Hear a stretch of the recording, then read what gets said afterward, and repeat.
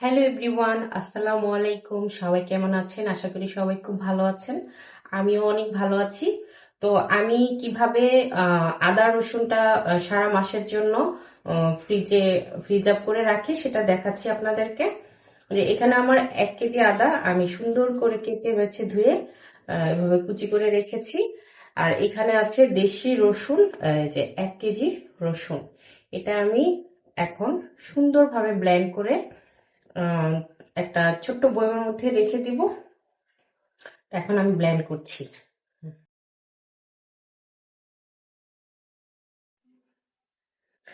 রসুনগুলো আমি এখানে দিয়ে দিয়েছি। এখানে একটু পানি অ্যাড করতে হবে, তাহলে ব্লেন্ডটা খুব সুন্দর হবে।